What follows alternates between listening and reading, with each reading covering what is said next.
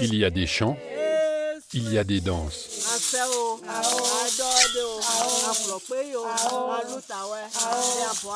On pourrait croire à une fête, mais c'est un drame qui se déroule. Dans quelques instants, ces filles vont subir une violence inconcevable. Maman! Sans anesthésie, une matrone va leur couper le clitoris. C'est l'excision. Abyssila en a été victime à l'âge de 6 ans. Elle n'a rien oublié.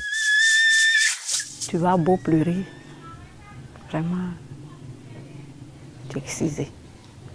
Il y a une qui t'attrape là et l'autre t'attrape tes pieds pour qu'on puisse t'exciser. Ça fait très mal. Sogbé Touré, elle, n'avait que 9 ans quand elle a été excisée. Elle a failli y laisser la vie. Je suis restée pendant 4 mois, jusqu'à la place infectée. C'est là mon père a su maintenant il me disait chaque fois que qu'est-ce que tu as? Qu'est-ce que tu as? Donc je lui ai dit maintenant que je suis malade. Comme lui partait matin au travail, c'est à 16h il revenait. Donc il n'était pas beaucoup à la maison. Donc il m'a envoyé à l'hôpital maintenant. C'est là qu'il a su que c'était l'excision qu'il avait fait. Vraiment ce jour-là il était fâché. Malgré son interdiction en 1998, l'excision reste largement pratiquée en Côte d'Ivoire. Ces mutilations génitales frappent plus d'une fille sur 3. En 20 ans, ce rite n'a reculé que de 10%. La persistance de ce phénomène s'explique notamment par le poids de la tradition. Nos parents disent que cette pratique-là permettait la fidélité à la femme. Elle n'est pas excitée, elle n'est tentée à rien. Donc ça lui permettait de garder sa virginité avant d'aller au mariage. C'est la raison capitale. Si la fille elle est conservée et que quelqu'un vient d'ailleurs et qu'il s'oriente dans cette famille pour dire j'ai besoin de cette fille pour qu'on se marie, il sait qu'il va aller avec une belle épouse qui n'a pas traîné un peu partout. L'histoire est simple. On rentre dans les bois sacrés pour étudier les leçons de la vie. Constatez avec moi qu'aujourd'hui, une fille de la rue perd son ami et puis elle se tue. Mais elle n'a pas eu le cœur préparé pour la cause. On te dit dans les bois sacrés que quand tu vas sortir, tu peux avoir un fiancé que tu aimes bien mais qui peut te laisser. S'il te laisse, ça ne doit pas faire des tollés. Gère ton cœur, gère la douleur. Il faut savoir gérer les peines de la vie pour que tu puisses te tenir dans la société. C'est ça. Toute circonstance de vie ne serait jamais plus dure que ce qu'on va t'enseigner dans les bois sacrés. Et c'est en cela qu'on va ajouter un peu ce qu'on appelle l'excision. La blessure marque l'homme à vie. Pour dire ça, c'est plus fort que toute situation de vie que tu vas rencontrer. Si tu as pu gérer avec douceur, en gardant ta langue, sans faire du bruit, alors qu'est-ce qui peut encore te marquer plus dans ta vie? Quant à celles qui échappent à l'excision, elles subissent les moqueries de leurs camarades. La pression sociale est énorme.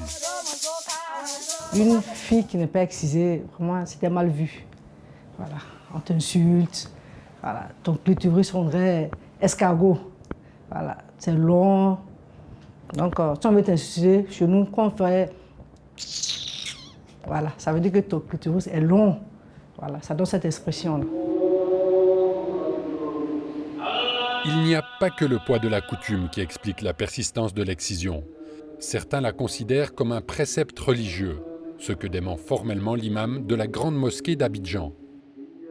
Il y a plein d'enseignements, n'est-ce pas, par rapport à la protection de la femme, par rapport au respect qu'on a pour la femme dans son entièreté. Et donc toute forme de violence est contraire à l'éthique et à la morale islamique. Quelle religion peut tolérer que la femme soit soumise à un tel drame?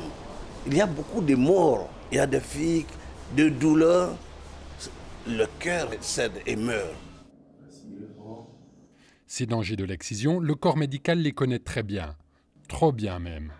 Pour les filles, il ne s'agit pas que d'un mauvais moment à passer. Si elles sortent vivantes de ce rite, elles restent marquées à vie, psychiquement et physiquement. Il peut y avoir des conséquences hémorragiques qui peuvent même emporter la femme. Ça, c'est les conséquences immédiates. À moyen terme, nous avons les conséquences qui sont liées à l'infection. L'intervention n'est pas faite dans un environnement stérile. C'est fait soit derrière, au village, on le fait derrière les maisons, soit dans une douche où l'environnement est très sale. Et là, il y a un risque d'infection dû au tétanos. Il y a un autre risque qui est très important, une septicémie, une infection qui va rester là et qui va se généraliser et qui peut entraîner le décès de la femme. À ces risques s'ajoutent de graves conséquences obstétricales. Des études ont montré que chez les femmes excisées, il y a un nombre important de césariennes. On est obligé de sortir par en haut parce qu'en bas, tout est fermé.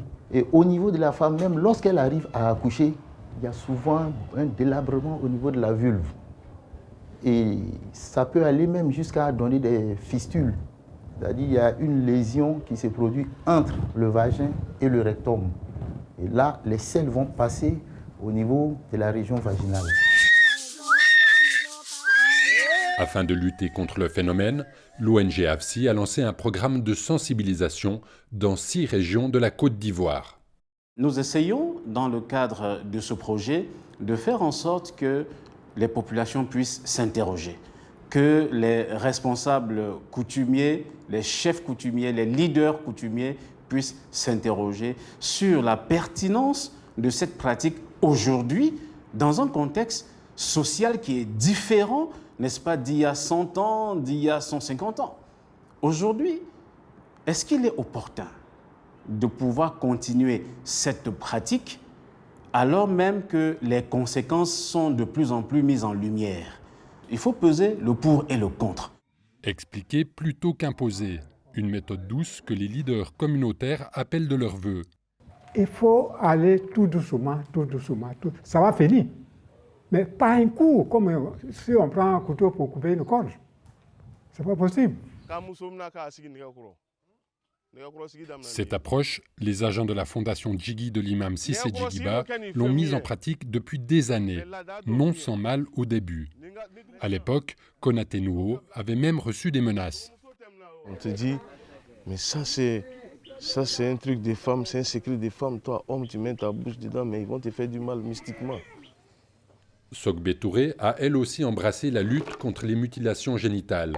Cette hostilité, elle l'a aussi vécue.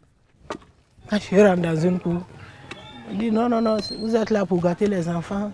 Il y a des gens même qui crient sur moi. Je dis, mais je ne suis pas venu pour ça, pour faire palabre. Je suis venu pour vous expliquer. Écoutez-moi d'abord, avant de crier.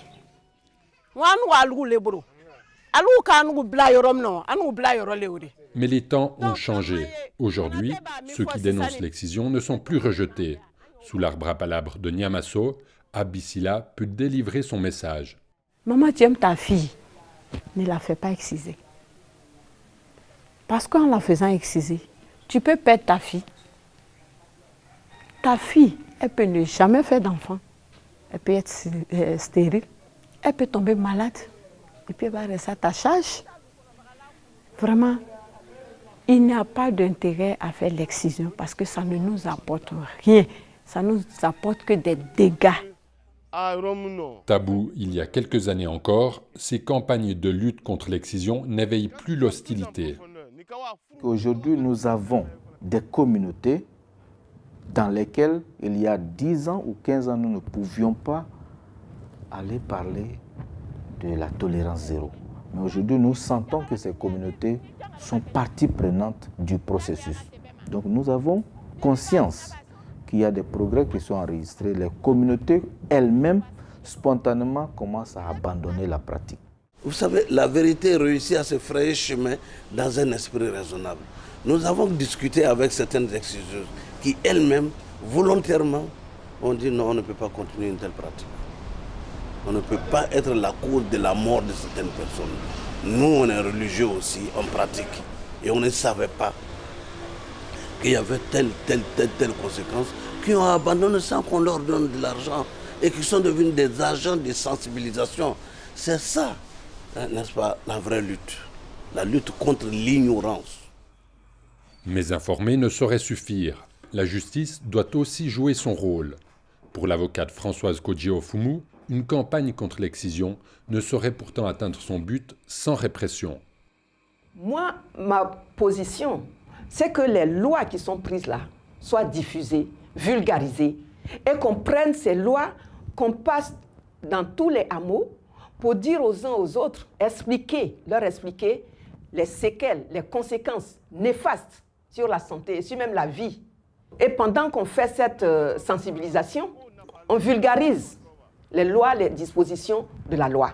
Je veux dire, ces populations, dans leur tête, ils ne se disent pas qu'ils sont en train de commettre une infraction pendant qu'ils font l'excision.